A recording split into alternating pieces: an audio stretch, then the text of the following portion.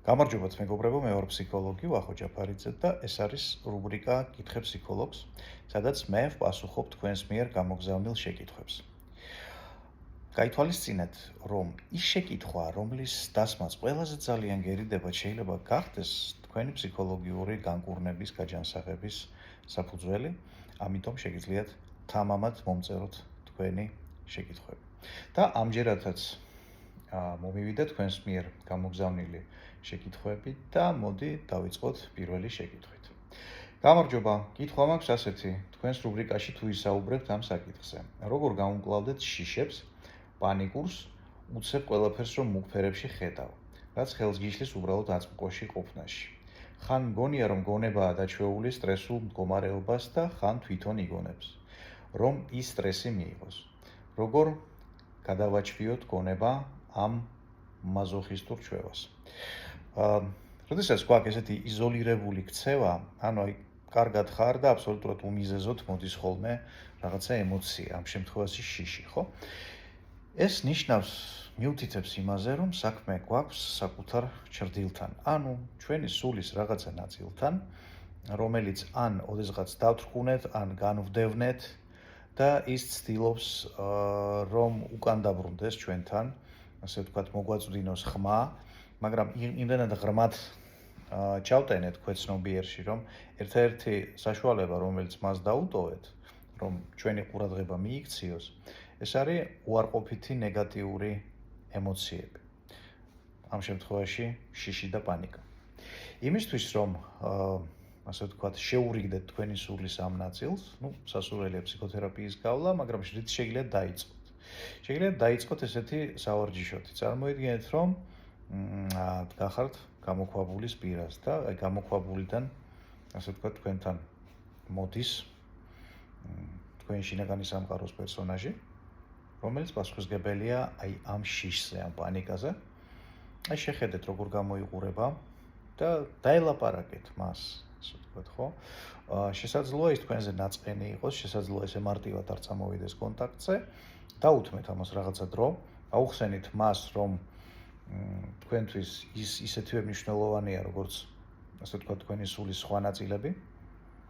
ნელ-ნელა დაამყარეთ მასთან კონტაქტი და შემდეგ რაღაცა მომენტში ის გაგიზიარებთ აუცილებლად თავის გულის ნადებს და თქვენ მიხვდებით, ასე ვთქვათ, რა აწუხებს მას და თქვენთვის ერთი გასაგები გახდება, ასე ვთქვათ, საკუთარი თავის რა ნაწილი დათრკუნეთ სავარაუდოდ.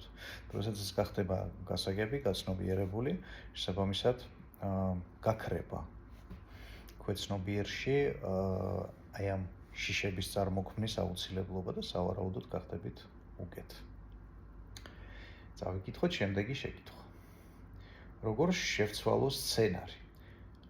ხვდები პროცესშივე, რომ შევდივარ ურთიერთობაში ნაკლებად ემოციურ ადამიანთან. აუცილებლად მალევე, ერთ-ორ კვირაში გამიჩნდება ემოციური შიმშილი და ვწყვეტ ურთიერთობას. წლებია ამ სცენარს ვიმეორებ. ამ შემთხვევაში პასუხი დევს ზედაპირზე. როდესაც თქვენ ამბობთ, რომ წლებია, იმეორებთ ერთი და იგივე სცენარს და თავიდანვე იცით, როგორ წარიმართება ეს თამაში, მოდი მაშინ დავსვათ შეკითხვა, ამ თამაშის რეალური მიზანი რა არის? მიზეზი კი არა, მიზანი. იმ შემთხვევაში თუ განაგრძობთ, ასე ვთქვათ, ამ სცენარში ცხოვრებას, ხო, გარანტირებული გაქვთ მარტოობა.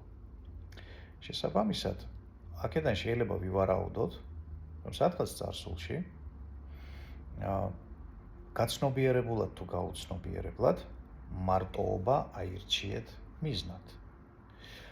შესაძლოა ეს იყო ბავშვობაში, როდესაც ხედავდით დიდი ადამიანების ცუდ ურთიერთობას და შესაძლოა გიყალიბდებოდათ ბავშვობაში ესეთი წარმოდგენა, რომ ჯობია იყო მარტო. შეიძლება ეს სხვა სიტუაციებში ჩამოყალიბდა, მაგრამ ფაქტია, თქვენ არ დაბადებულ ხართ ასე ვთქვათ, მარტოობის მიზნით და მარტოობის პრიორიტეტით. ამიტომ ამ შემთხვევაში იმისთვის, რომ შეცვალოთ ეს სცენარი, დაფიქრდით თქვენს წარსულში, თქვენს ბიოგრაფიაში, რა მოვლენების ზეგავლენით შესაძლოა გაგიკეთებინათ დასკვნა, რომ მარტოობა ჯობს. შესაბამისად, როდესაც ამას მიხვდებით, თქვენთვის გასაგები გახდება ქვეცნობიერად რატომ აირჩიეთ მარტოობა და თუ მარტოობა არ არის თქვენი მიზანი რეალური, ხო? თუ თქვენი მიზანია ჯანსაღი ურთიერთობების შექმნა, ამ შემთხვევაში მიზანი შეიცვლება და აი ამ ძველ სცენარში აუცილებლობაც გაქრება. აი ამ გზით შეგიძლიათ წახვიდეთ. წავიკითხოთ შემდეგი შეკითხვა. როცა შექმენი საკუთარი გვერდი, რომ გაიტანო შენი სათქმელი საზოგადოებაში. როცა გაიარე საკმაოდ ბევრი ტრენინგი, გასუფთავდი ხელის შემშლელი პირობებისაგან და მაინც ვერ თუ არ დგავ ნაბიჯს. თან რომ გინდა ეს საქმე ბოლოს და ბოლოს დაიწყო და დგეხარ. რაშია ჩემი საქმე? მეშველება რამე. ამ შემთხვევაში საქმე გვაქვს რასთან? სავარაუდოდ ქვეცნობიერ დონეზე არის ან შიში,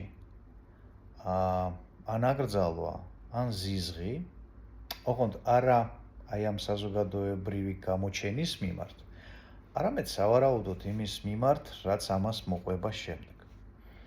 შესაძლოა, როდესაც ასე გამოჩნდებით, ასე ვთქვათ, უფრო გამოსაჩენი გახდებით, შესაძლოა მოიზიდოთ მეტი ყურადღება, მეტი ფინანსები, მეტი სხვა სიკეთეები. დაფიქრდით თქვენთვის, ასე ვთქვათ, აი ესეთი საზოგადოებრივი გამოჩენის, საკუთარი აზრის დაფიქსირების მიზანი რა არის? ანუ რა შედეგებს ელით აქედან და დაფიქრდით, აი ის შედეგები, რომელსაც გეგმავთ, ასე ვთქვათ, ესეთი საჯარო აქტივობის შემდეგ, აი ამ შედეგების მიმართ რა დამოკიდებულება გაქვთ? შესაძლოა გქონდეთ გარკვეული ნეგატიური დამოკიდებულება, აი ზუსტად იმ მიზნის მიმართ, რომელიც ასე ვთქვათ, აი პირველადი მიზნის უკან დგას. როდესაც ამას გააცნობიერებთ, თქვენთვის გასაგები გახდება, რატომ დგეხართ ერთ ადგილას და შემდეგ ტექნიკურად დაგჭირდებათ, ასე ვთქვათ, დამოკიდებულების შეცვლა.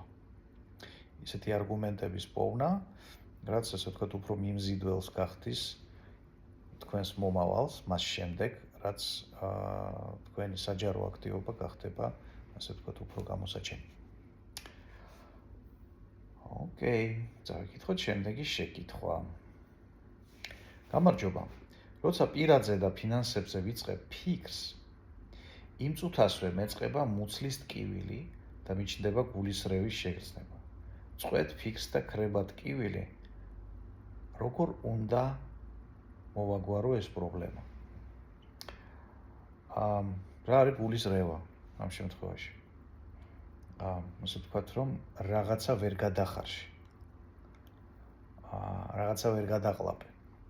სავარაუდოდ, ქვეცნობიერ დონეზე თქვენ ქვეცნობიერ სჯერა, რომ იმისთვის, რომ ცხოვრებაში რაღაცა უკეთესობა შექმნას, ამ შემთხვევაში საუბარია ფინანსებზე, საუბარია პირადზე, შესაძლოა ისეთი რაღაცეები უნდა აკეთო, რაც შენთვის არის მიუღებელი. ანუ რასაც ვერ გადახარშავ, ხო? რაც უკავშირდება შესაძლოა რაღაცა უზნეოს, ამორალურს და ასე შემდეგ. დაფიქრდით, ასე ვთქვათ,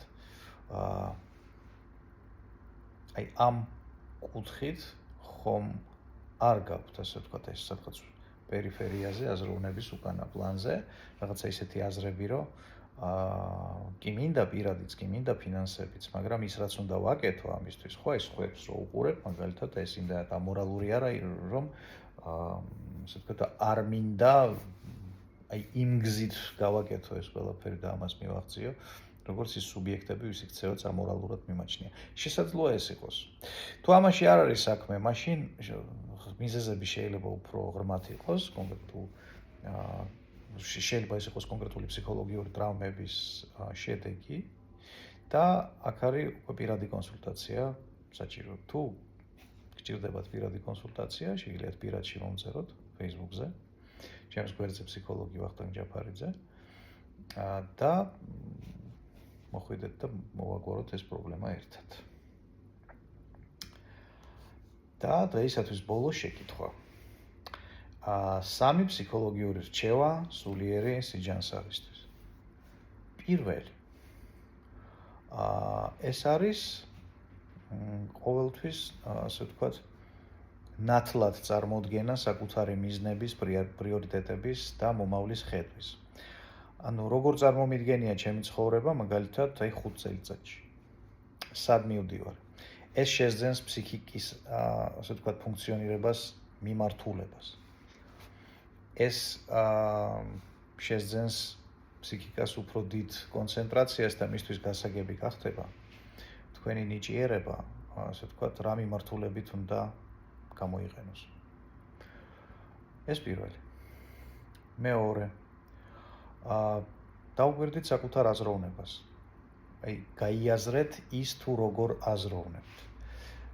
პერიოდულად ეს ჩვევაც ძალიან სასარგებლოა, რომ ვკითხოთ საკუთარ თავს, ასე ვთქვათ, რამდენად უწყობს ხელს ჩემი დღევანდელი აზროვნება ჩემ პრიორიტეტების რეალიზაციას. რამდენად მეხმარება ჩემი აზროვნება ხელსაყრელი შესაძლებლობების დანახვაში, საკუთარ თავში უფრო მეტი უნარიანობის და ნიჭიერების დანახვაში და ასე შემდეგ. და მესამე, ეს არის იზრუნეთ იმაზე, რომ პერიოდულად გათავისუფლდეთ დაგროვებული სტრესისგან. ჩვენ ცხოვრობთ 21 საუკუნეში და ასე ვთქვათ, ინფორმაციული რეალობა ძალიან ტვირთავს ჩვენს ნერვულ სისტემას. ამიტომ რაღაცეები, როგორც გასეირნება, სპორტი, ასე ვთქვათ, რომ აი გონებიდან გამოხვიდეთ და სხეულში დაკავდეთ, ასე ვთქვათ, რაღაცა ესეთი სასიამოვნო აქტივობით, იქნება ძალიან კარგი და სასარგებლო. დღეისათვის შეკითხვები სულ ეს არის, მინდა შეგახსენოთ, რომ 14 და 15 მარტს მე ვატარებ ექსკლუზიურ ორდღიან ტრენინგს, NLP თვითპროგრამირება, ანუ როგორ გამოვიყენოთ ნეიროლინგვისტური პროგრამირების ერთ-ერთი ყველაზე, ასე ვთქვათ, ეფექტური ტექნოლოგიის მეთოდები იმისათვის, რომ განსაზღვროთ, სად არის ჩვენი პრობლემების რეალური მიზეზები და ვისწავლოთ ამ პრობლემების მოგვარების ტექნიკები.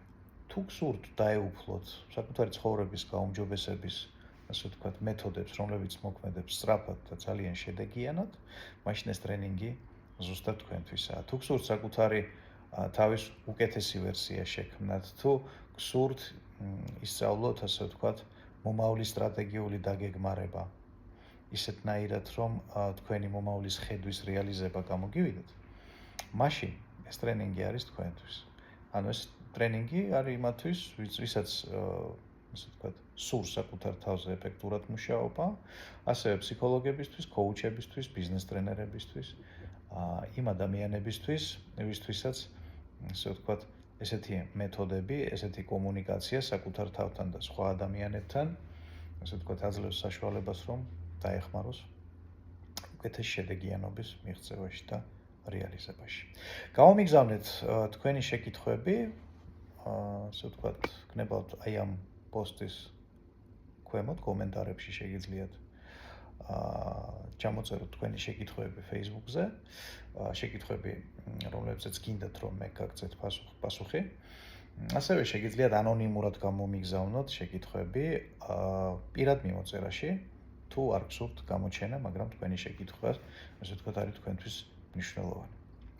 გისურვებთ წარმატებას და მომავალ შეხვედრას.